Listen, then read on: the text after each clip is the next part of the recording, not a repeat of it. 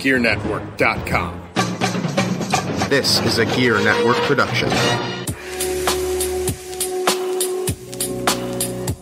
Ladies and gentlemen, boys and girls, children of all ages, Gear Network presents the Not Just Football Talk Weekly Podcast with John Cimino and Brandon Gorell.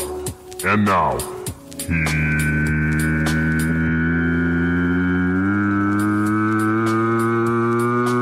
here's John. The big fight of the century, ladies and gentlemen. It has been signed. It's going to happen, Brandon, in August in Vegas. Like the Golden Knights, my brother. I don't know. I got nothing for that. Whatever. Hi, everyone. How are you? My name is John Cimino at the JC Money on the Twitter. I am joined, of course, on the Not Just Football Talk Weekly Podcast by Mr. Brandon Gorell. Brandon, say hello. Hey, what's up? And as always, please remember, shopgear.com is your friend. All right. Well, it has been a few weeks, so while you were waiting for our wonderful podcast to return, Brandon, let's start with big news here. Big news. Bigly news. Bigly. The Warriors did not blow a 3-1 lead. Oh, they didn't. They didn't. They won the NBA championship for the second time in 3 years. Yep. I ask you, Kevin Durant being the MVP and all that. His mom's the real MVP, though. Do you care? Honestly, how did that make it? Like, I went to bed knowing it was going to happen, and then when I woke up and saw that it happened and all the showering, it just I didn't watch one single game. Yeah, it wasn't worth my time. I mean, it was going on at the same time as the Stanley Cup Finals because that matters to me. And watching the same movie I saw 3 years ago, except for with a couple new characters in it, really didn't interest me that much. Watching a 73-win team go out and scoop the third, probably the second best player in the NBA to add to their roster and really not lose anybody. It's just kind of disgusting, and it's never going to end until something is done by the league's commissioner, which he's not going to, because as long as the money's coming in and the eyeballs are on the television and people are talking about the NBA, nobody gives a rat's ass. Right. When it starts getting to NFL penalty celebration level of negativity, that's when the NBA will probably they'll never get there. But yeah, you're right. Because it's not as popular as the NFL. Right. So there's going to be less bitching people. Mm-hmm. So Adam Schefter put it best: when the going gets tough, join that 73-win team. I saw quite a few good ones, like losing your virginity to a prostitute after joining a 73-win team to win a championship. But I personally like the one I came up with, which was it's like Beyonce quitting and doing a solo career and then joins to do a duet album with Adele just so she can finally win a Grammy because she keeps losing to her. It's so stupid. It's true, and already the NBA offseason is off to a tumultuous start. It's crazy because everyone's chasing one person. Paul George is, is he going to Cleveland? LA wants him, and then the logo goes to the Clippers, and he wants to bring LeBron after next year, and all this crap. And then, of course, you've got Lonzo Ball being, and the NBA draft happening later on today, and it's craziness over and the association. But opposite that, in the hockey league, the Pittsburgh Penguins, Brandon, so much hockey stuff going on right now, did not go to 7 games. Yeah, they didn't. And they won their second Stanley Cup in a row. Sidney Crosby wins is it Conn Smythe or Conn Smythe? Okay, Conn Smythe trophy for the second straight year. Yeah, it could have gone. It was a coin flip. It could have been him or Malkin. I turn to you.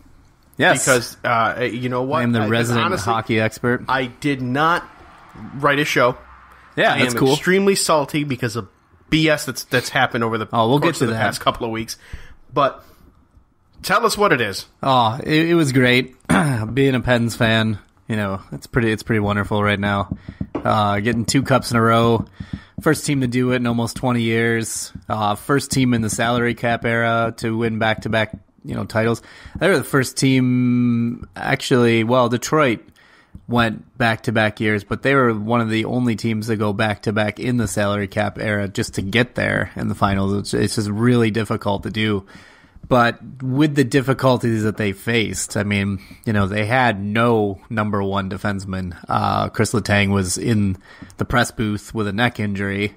So really they had two trash cans and a couple of dumpsters and a couple of, recycling bins playing the first three pairings in the defensive pairings. And yet they somehow still managed to go out there and win. I mean, and then they started the playoffs, on the wrong foot, going in the warm-ups, and Matt Murray tears his hamstring in warm-ups, and you're great, well, here goes the season already. First round, Columbus is going to pepper us, and then they did come out and pepper us, but Fleury stood tall, and he stole us 2 rounds of the playoffs. Mm-hmm. Go, keep talking. It's not picking it up. Yeah, the video here. So...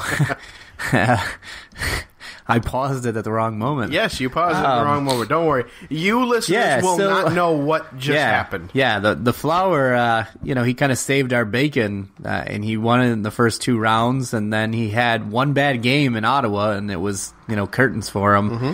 But Matt Murray came in and, kind of picked up where he left off and just frustrated the rest of the series against the Ottawa Senators, and then frustrated the Nashville Predators, who had been at that point just kind of rolling over the Western Conference. And then they ran into Pittsburgh, and they got blown out of the yard in the first 2 games, and then they come back and win the next 2 in Nashville, and you think, okay, we got a series again. And then Pittsburgh, steps on their throat in Pittsburgh.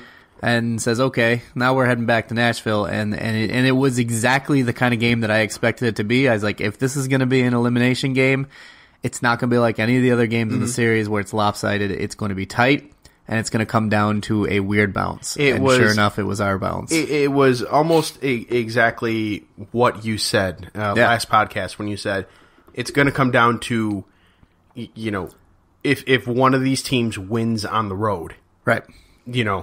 That could very well make the series. Right. And Pittsburgh obviously did that. Right. And it would have still required that even if they went to Game 7. It would have required Nashville to win on the road in Pittsburgh to actually win that series. Right.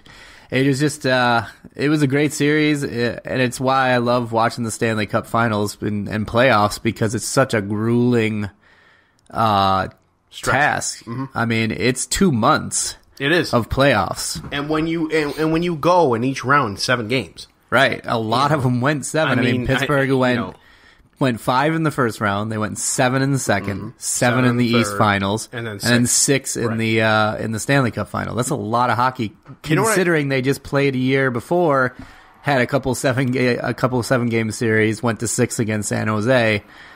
And it's like the same cast of characters. You know what I liked about that last game was, and I watched, I didn't watch it from start to finish. I picked up probably midway through the second, and watched through the finish. You missed the missed call by the referees, that early whistle. Oh, that everybody tweeted about? Yeah. but shit happens, man. I'm watching it, and I'm watching it, really a decent defensive battle. Yeah. It was to me. And my stepson, whom is a Penguins fan as well, born and raised because his father is a Penguins fan too, was watching it in his room, and he fell asleep. Huh. And I'm thinking, dude, this is a championship game. Like, he's terrible. So I was talk to that kid. I was watching it in the living room, and then I ended up going into my room, and I had to turn it on. And I figured by the time it got to 3 minutes left to go, we're going into overtime. Yeah, and unless something fluky happens. And I'm sitting here, and I'm like, not tired, because it's around my bedtime, but I'm not tired, and I want to see this goddamn thing through. Right. And then, boom, goal. Yeah. And I'm like, okay. And I'm sitting here, and I'm thinking to myself, after I had text you goal Nashville or whatever is going to I said, put on the pressure and send it to overtime. Yep, it's going to happen. Nashville's going to score again, and we're going into overtime. Pittsburgh, man, they laid it all out there. And then, exactly. They couldn't do anything. Like, Nashville tried, and they just could not get a puck even close to the net during that stretch. And then 18 minutes, swaggling. 25 seconds into the third period. Yeah. First goal. Yeah. 19 minutes, 46 seconds into the period. Yeah. Second goal. Yeah. Empty net. Done. Swaggling. He blew right by Subban, too. Yep. Subban's chasing, and all of a sudden he just sees this golden streak go right by him, and he's like, shit. He just gave up because he knew he wasn't going to catch Hagelin. Hagelin's too fast. Yeah. So... Yeah, it was great. And, to see them, do it 2 years in a row, but not only to do it 2 years in a row, but to do it with all the adversity that they had, all the injuries, all the things that had happened, just the physical wear and tear. And some of the guys that stepped up and played big roles on defense, and ate a lot of minutes, and the guys that played with injuries too, the rundown after the series was over, because nobody reveals their injuries if they're playing until after the postseason because they don't want anyone targeting that stuff. Mm-hmm. Ian Cole played since the second round. He played since the second round with broken ribs and a broken bone in his hand. Jesus. Justin Schultz had broken ribs. Who else was it? There was another guy that had a broken finger. Oh, Hornquist had a broken finger, and he missed most of the Stanley Cup Finals because of it.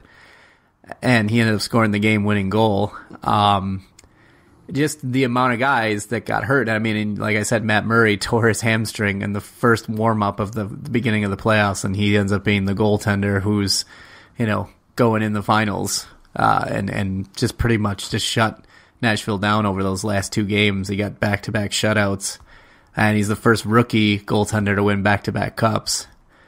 So it was pretty crazy. Mm-hmm. And the fact that Mike Sullivan's not even in the discussion for a Jack Adams Award for Coach of the Year is just bananas. I mean, yeah, Babcock should definitely get it. Tortorella should get it, but how do you not throw Sullivan in there? They had the second best record in the league. They went through injuries nonstop all season. If I recall correctly, it was really bad in the beginning with injuries, the beginning of the season. Yeah, right? It was. A lot of guys went down. And it continued that way throughout the whole season. And you would get a guy back, and then two guys more would drop. I mean, we got to a point where we were just Ron Hainsey, who became a blessing in disguise. He played so stoutly as a 38-year-old, never played in the playoffs before in his career. And he was almost like a shutdown defenseman in the Stanley Cup Finals. It was amazing the job he did. That's a guy we had to get at the deadline, not because we wanted to add to our depth, but because we had no defensemen left. Mm-hmm. We had to grab Mark Straight at the deadline and some cat from Toronto who really didn't get to suit up. But and then we get to the playoffs and Chad Ruedel gets a concussion and he can't play anymore. They're just piecing the team together, and it just. I'm sorry, Brandon. When you just said suit up, for some reason or another, I was thinking of that scene in Family Guy, that cutaway scene.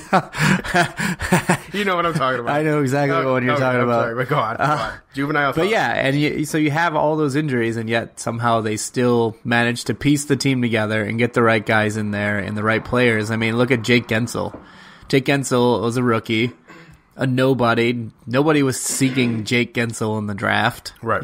And here he is. He leads the playoffs in goals this year, and he tied Dino Ciccarelli's goal or his record for most points in a playoff by a rookie. He passed Yager, he passed Lemieux in those series as far as rookie scoring goes, and you're like, Jake Gensel, who knew? But Mike Sullivan trusted these guys and said, hey, come in and contribute. Just got the word Tortorella wins the Jack Adams Award. I saw that a little bit ago. No. He was the one that was actually saying, he's like, it's kind of nonsense that, Sullivan wasn't even nominated for this one because, he used to be an assistant with him in Vancouver. Mm-hmm. Sullivan was with Tortorella. So, it was a great team effort. It was a really, really awesome culmination of a really, tough season, but it was really, really enjoyable. And, to think when's the last time we had back-to-back World Series champions? You know, when's the last time we had back-to-back Super Bowl champions? Back-to-back World Series champions. Say that would be the Yankees. Right. It was 90s. Yeah. So the Yankees in the 90s. And then the last back-to-back Super Bowl champions are the Patriots. Right. 03 and 04. Right. So you got to go back that far to go see those. And then you look at basketball. The last one, I think, was the Lakers. Yeah. The Lakers, the Shaq era Lakers. Yeah. No. The Kobe and Ron Artest era Lakers. And Paul Gasol. Yeah. They went. When the Celtics got hosed in that Game 7, big time. Yep. 21 free throws in the fourth quarter. Give me a break. So it just shows like how hard it is to do in a salary cap era, even in a non-salary cap sport like the MLB. You know, teams are just not able to repeat. And you got hockey, which is one of the most brutal tournaments to go, and Pittsburgh wins it all. It's pretty impressive. What the hell are you giggling at now? I'm sorry. Okay. This dude's like the moth that's on my screen right now. He's just all over the place.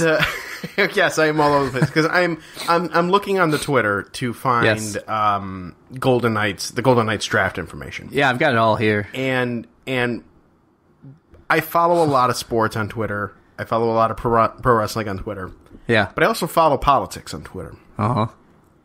And I just read this tweet that made me laugh.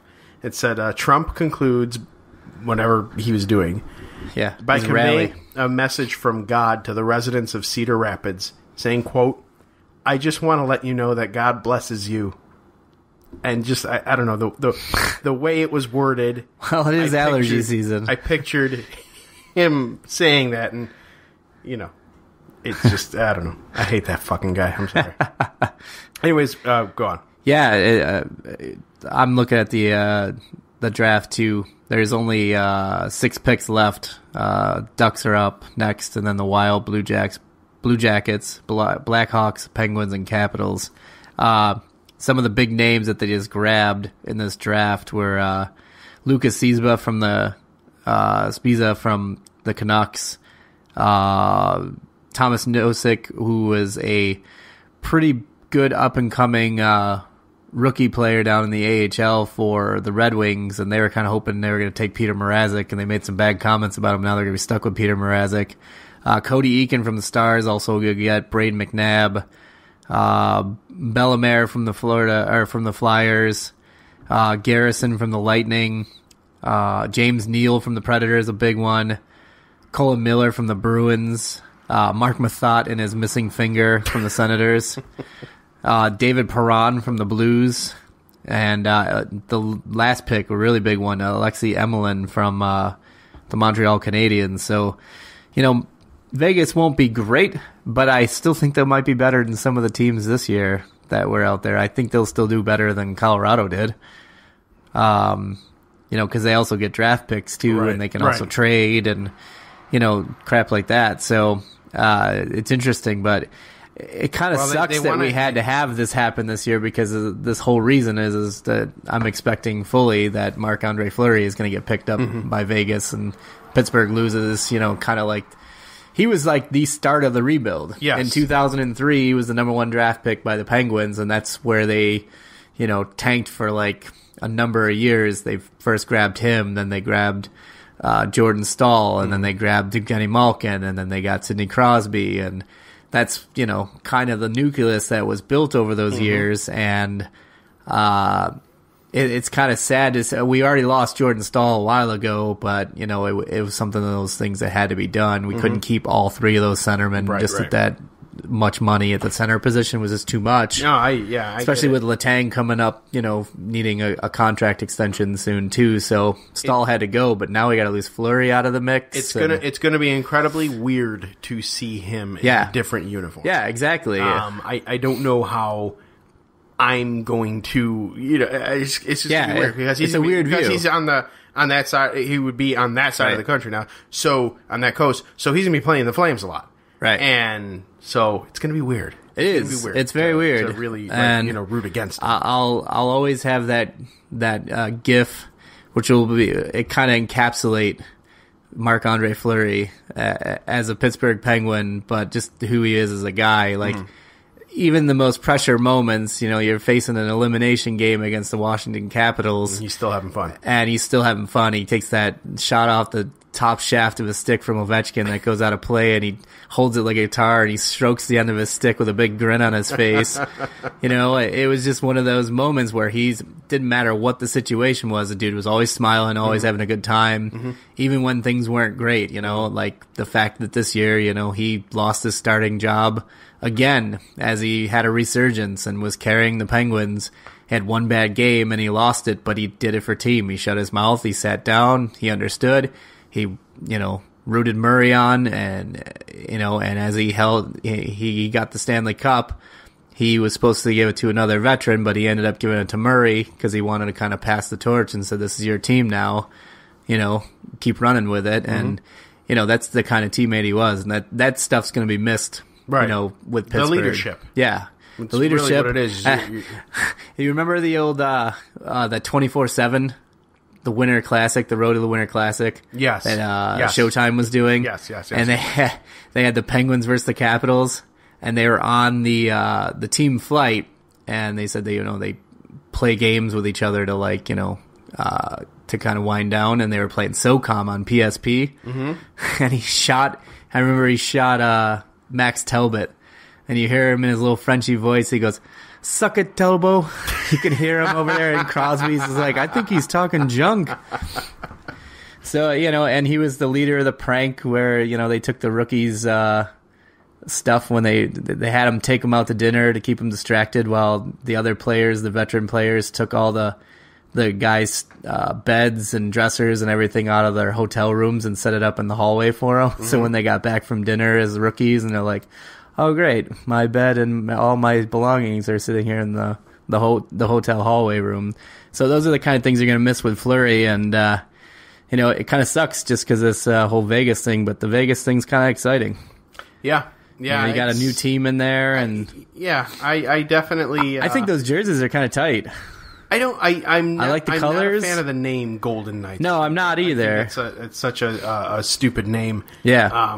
But jerseys are tight. The new Adidas stuff is pretty dope. Yeah? Yeah, they unveiled the new jerseys last night.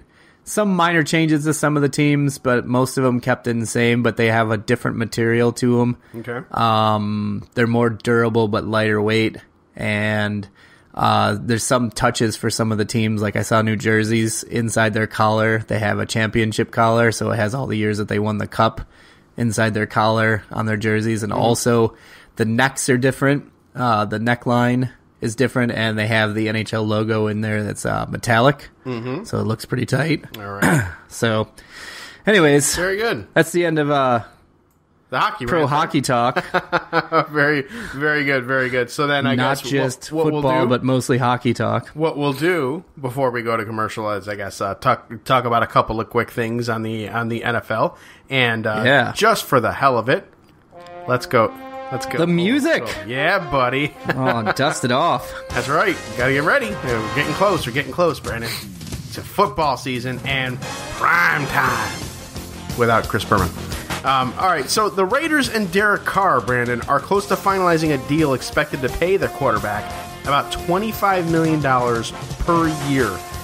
He is said to be making Andrew Luck money within the first 3 years of that contract, Brandon. Good move or bad move on the Raiders' end?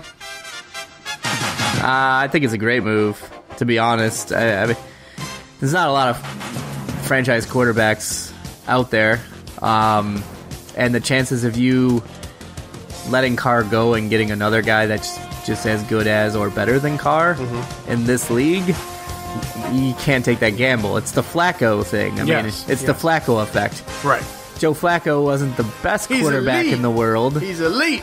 But he got paid like he was the best quarterback in the world because they knew someone else was going to try to grab him if he walked away, and there's the risk of him being better, and you are mired in Buffalo territory for the rest of your time trying to find another quarterback. Let me tell you about a team that's not mired in Buffalo territory right now. You say Buffalo, and I raise you Florham Park New Jersey. What in the hell is going on with the AFC New York football team, Brandon? Yeah. Just a plethora of losses this offseason. One big one here, and I'll say this because they let him go.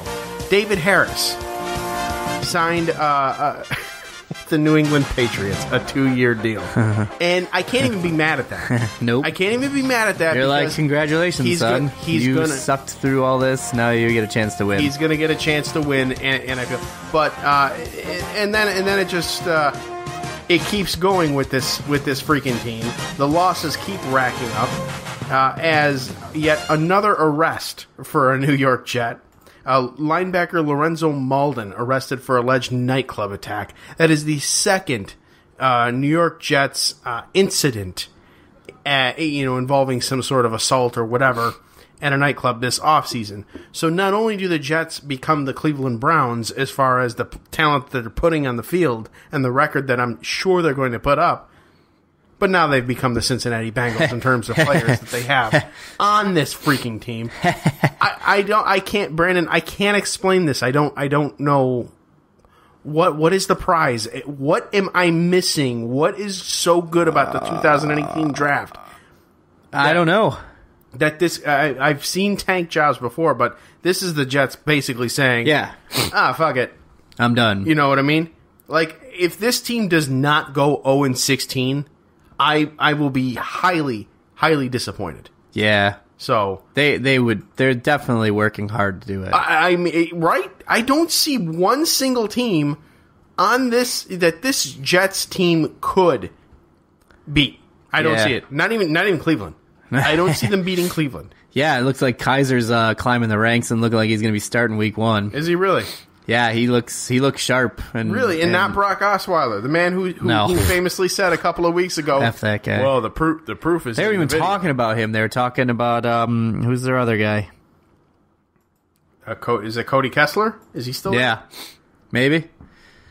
I don't know. I saw an article about it, and he's projecting out to be the opening day starter in the open quarterbacks competition. He's gained quite a bit, and we're just in mini camps right now. Yeah, it's bad in Cleveland, but it's not New York Jets bad. Aaron. Yes. Buffalo. Specifically, LaShawn McCoy. Sorry for the sniffling, by the way, and the terrible voice. I am suffering through like really brutal allergies. It's and it's kind of funny because it like popped up in my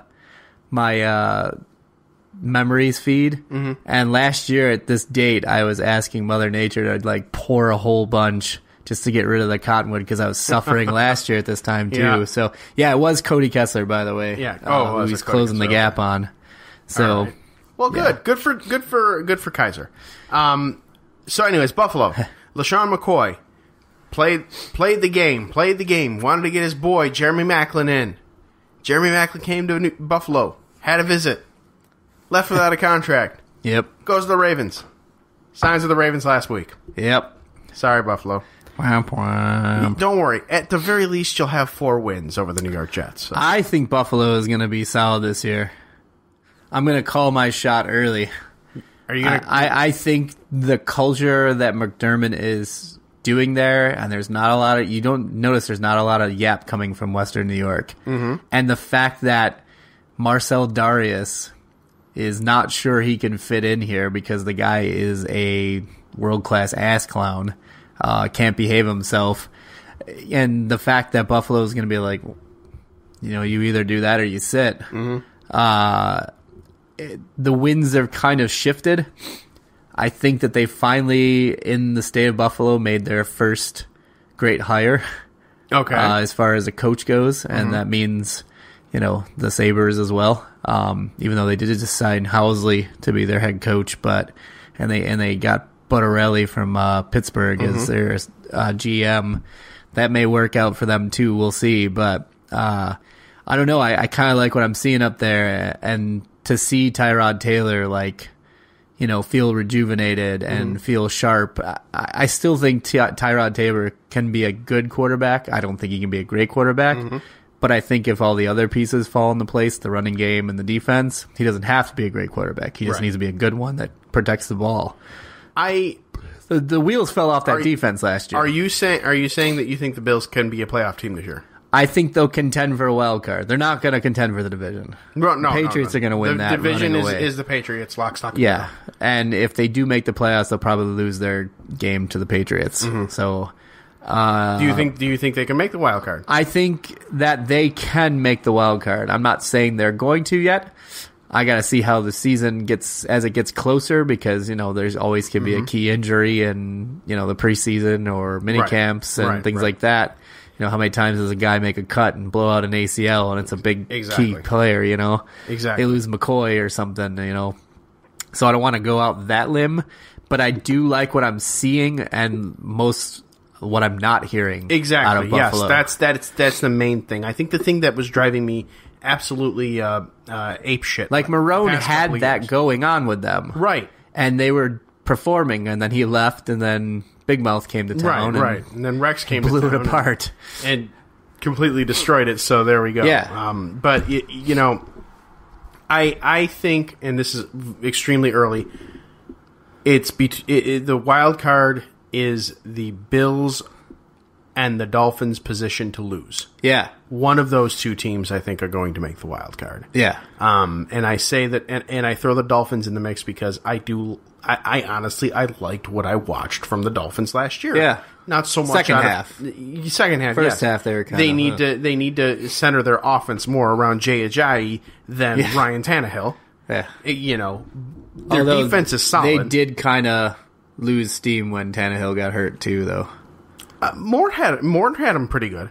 Moore was pretty good. Moore was the AFC Player of the Week. I think the week, if not the week after Tannehill went down, then the week after that, he was the AFC Player of the Week. Conveniently, because he was playing the Jets and he torched them. Well, yeah, I mean, it's like when Geno Smith got the perfect passing rating, and it was like, well, it was against Miami, who was tanking and garbage at the time too. Right. So, but I don't see a reason why the Bills can't do that. Can't make the playoffs.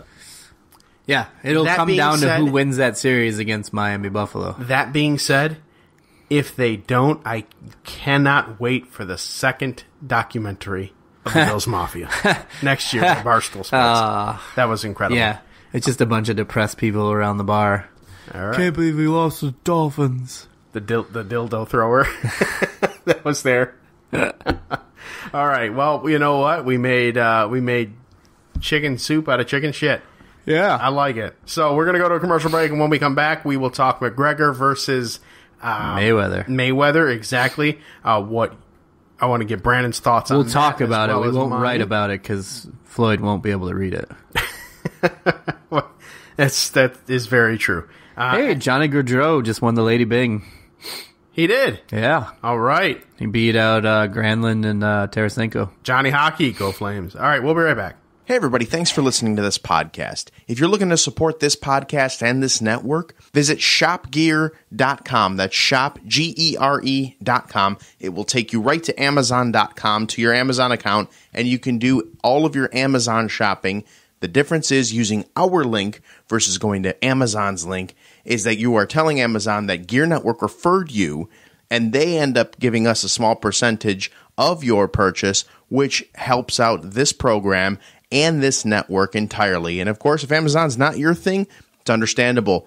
On gearnetwork.com, G-E-R-E network.com, if you click on the top bar that says donate to Gear, there's several different PayPal buttons. You can donate to us as well if Amazon isn't your thing. Your support is vital to helping the Gear Network maintain this programming, this quality programming, and continuing our growth through the year. As always, thank you very much for your support and your listens and your downloads and your likes and your shares from all of us here at the Gear Radio Network. IndyCard Media is your one-stop shop for quality designs at a quality price. They offer merchandising, company branding, event posters, custom clothing designs, and so much more. Check out their gallery of past designs by visiting facebook.com/IndyCard Media and tell them what you think. That's IndyCard Media, 337-446-4331 or IndyCardMafia@gmail.com. tell them that we sent you.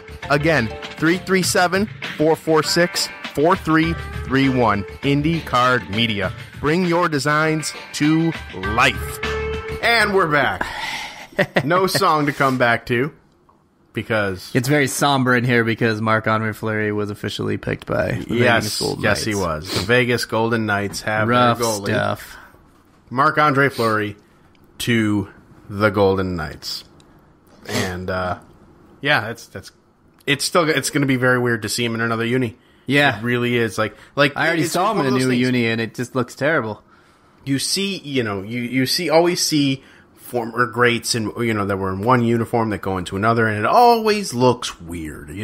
Jordan wearing a Wizards uniform was weird. Peyton Manning going from the Colts to the Broncos, Favre from the Packers to the Jets, and then the Vikings. It just doesn't.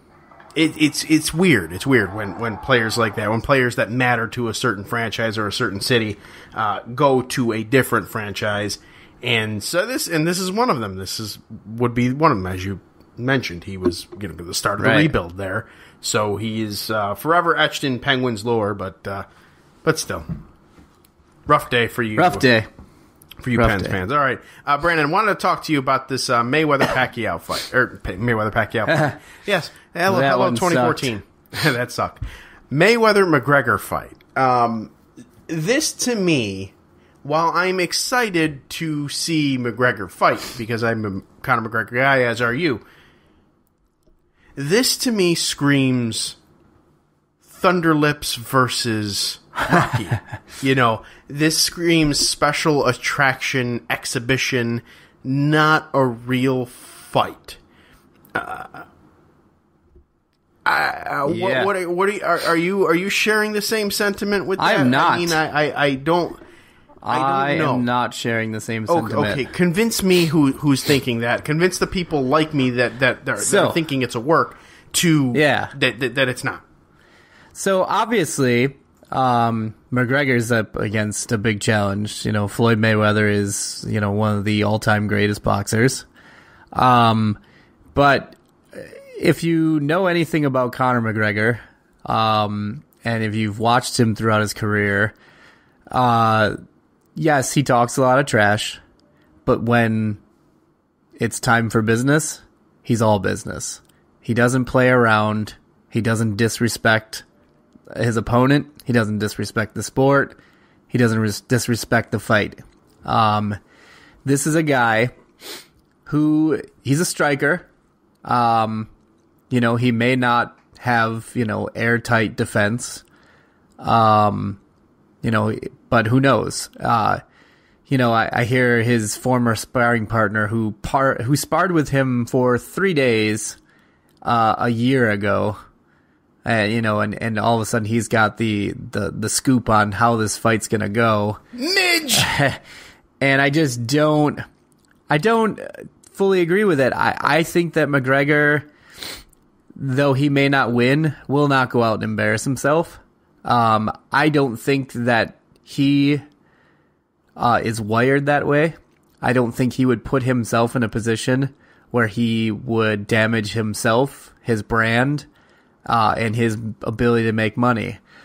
He goes out and does this and falls flat on his face, and it's all a big joke.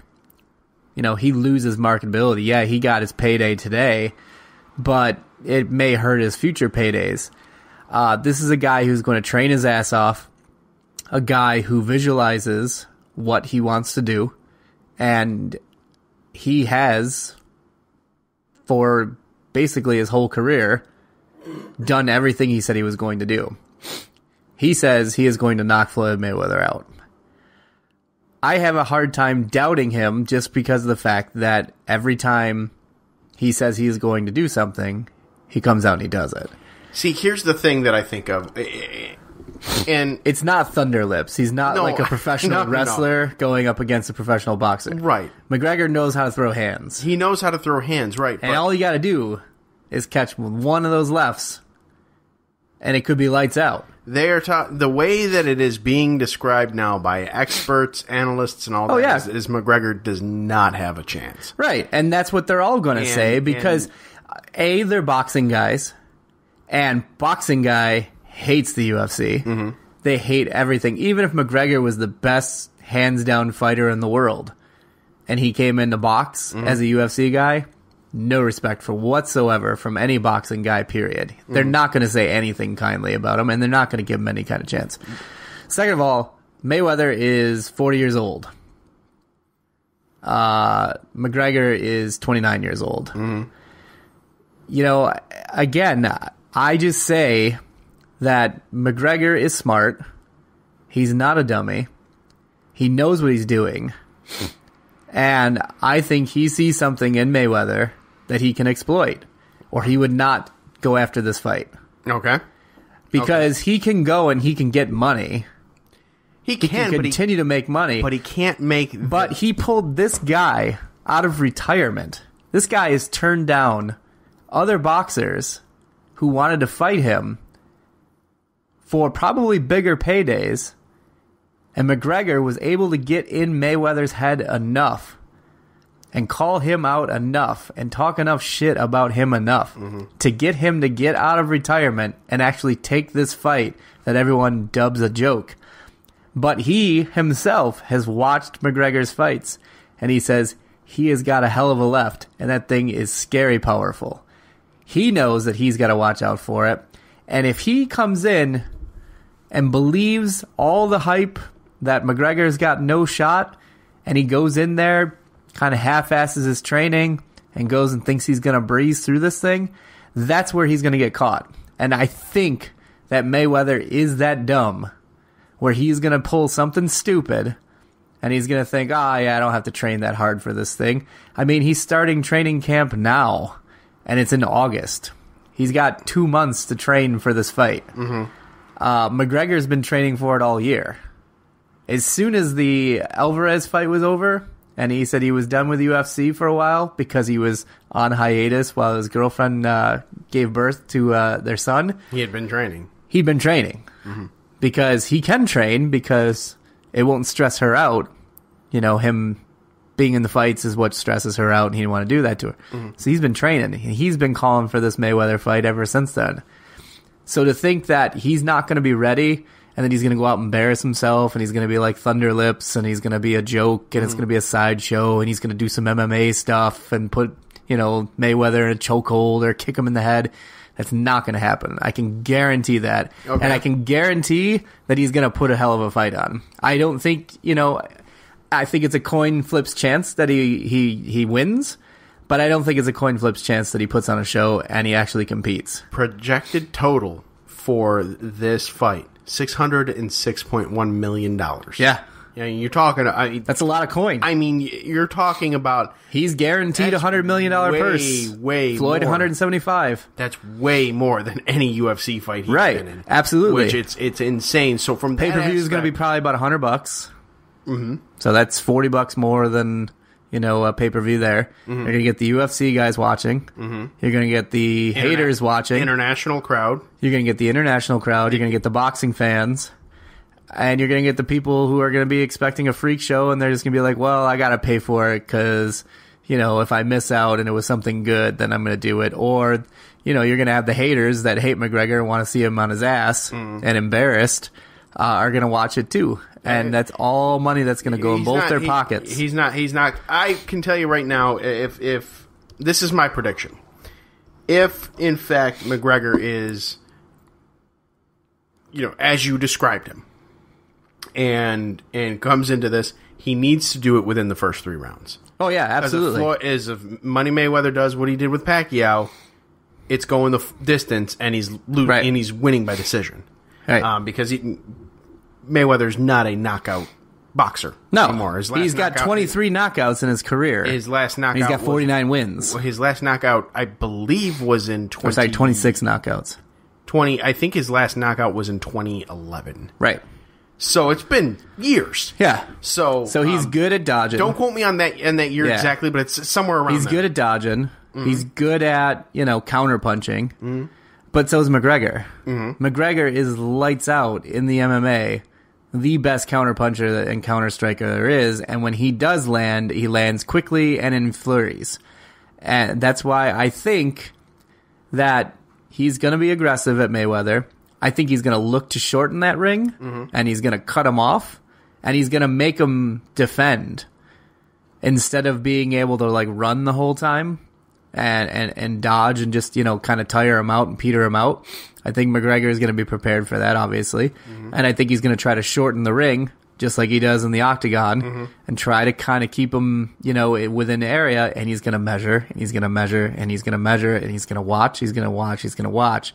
And if he keeps doing it, and if he starts getting kind of low with his shit, that's when McGregor is going to strike. And I would not be surprised if he tags him. And if he tags him, Floyd doesn't get hit very often. He gets tagged with one of those lefts, which most people have said that have been hit with that left are always shocked at how hard it was. They see it, they prepare for it. They're not prepared for it when it actually hits. Alvarez, the last fight, he said he studied up on McGregor. He knew he can hit, all this stuff. He says when he hit him with that first left and he hit him flush, he's like, I didn't know where the hell I was. He's like, I'd never been hit that hard in my career. He's like, and not only did he hit me then, he hit me multiple times that way. He's like, and I've never been hit that way in my career. Okay. He's like, it's like getting hit by a truck. And if he can do it, it would be embarrassing for boxing. It would be embarrassing for Floyd Mayweather. It would be a super shot in the arm for the UFC. It would be a super shot in the UFC. It would really probably signify the end of boxing because you're going to have all kinds of MMA guys that jumping in thinking they could be boxers next. Yep. And he's going to laugh all the way to the bank. Oh, yeah. I mean, you look at his mural, and he set up his gym. He's got that photo of him knocking out Mayweather. He's been doing this shit for a while. Remember I sent you those Mac emojis when he had the emoji thing that I've had for a while. They had an update back not too long after the Alvarez fight of him knocking out Mayweather, of Mayweather begging him for mercy, of him just punching Mayweather in the throat and knocking him out and shit. Yeah. He's been talking trash this whole time. First Instagram to say, hey, the fight's on. It's a picture of McGregor versus Floyd Sr. right next to him. He's the trash talk and the lead up are going to be unbelievable. I cannot the wait Showtime series. Oh my god, I can't wait. I can't wait for the press conferences and McGregor to be because he even said it tonight. He's like, I see fear in his eyes because Mayweather's used to being like the show, like coming in and throwing out the money, making it rain. But he's not like he's a trash talker, but he's not Conor McGregor trash talker. Like McGregor will come in here and be like, yeah, I'm gonna fuck you up and I don't care what you think. Whereas whereas Mayweather be like, man, I'll make it rain and I make more money. He'll talk trash and he'll I diminish fart more your money than you make in and your life. And McGregor will be like, yeah, well I'm just gonna knock you the fuck out. What do you think? Yeah. Then what are you gonna do? Yeah, I think. Honestly, I don't think it's going to be a circus, and I don't think it's going to be a terrible show. I honestly think that it's going to be a good fight, and maybe Mayweather wins, but he's not going to knock him out in the first round, and he's not going to get embarrassed. He's not going to be swinging at air and spinning in circles and falling down. His pants drop like he's a Mike Tyson's Punch-Out character or something. Like he's King Hippo? Yeah, it's not going to be like that. And so many of these guys are just so stupid. Like, you don't understand the pride that goes into this guy. He's going to come out like Piston Honda. Yeah, the guy fights. The guy is a fighter. He's always been a fighter. He's a striker. And he has an unquenchable thirst to win. And he wants to be the best at everything he does. And he wants to be the one loss. Right. Mayweather's unbeaten still. Right. So. And what would it be like that for all boxing fans and all boxers who have gone up against Mayweather and lost? He's 49-0 and then he loses to a UFC guy. What does that say for your sport? That would be the nail in the coffin. That would be the ultimate. Which is probably why he's not going to be allowed to win. Mm-hmm. It'll probably end up in a draw, and then it'll end up in a win by decision or whatever. Because boxing is such a huge money sport, and this would really delegitimize boxing. Well, if he were to come in here and win, but if it's an obvious fix for the boxing, even though it doesn't matter, boxing fans won't care. Right, boxing fans won't care, but again, you're talking about Conor McGregor. Yeah. The guy who has... he is a unique individual in UFC.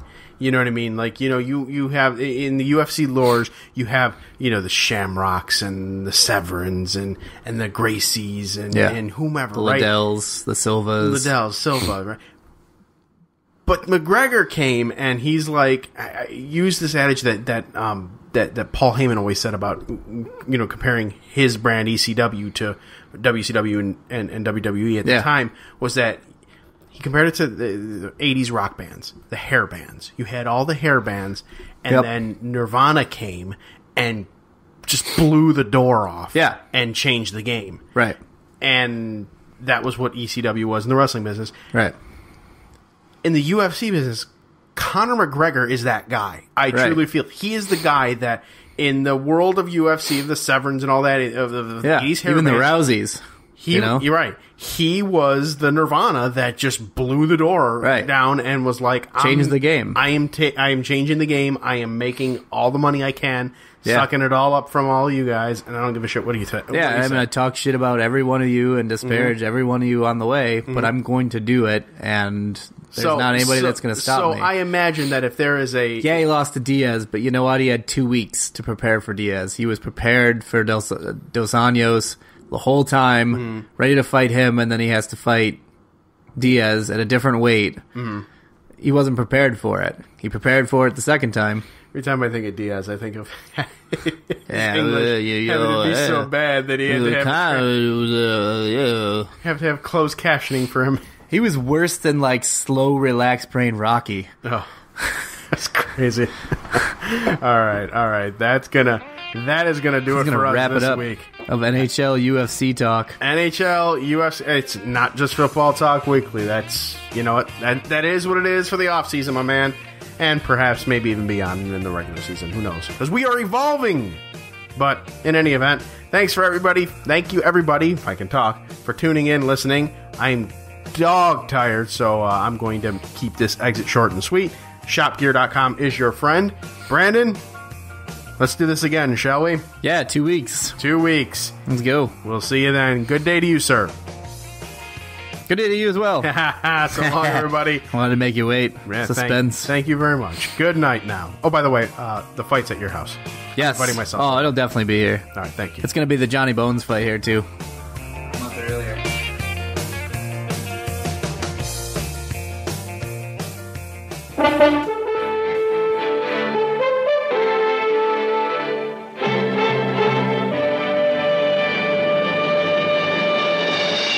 The preceding presentation has been brought to you by the Gear Network.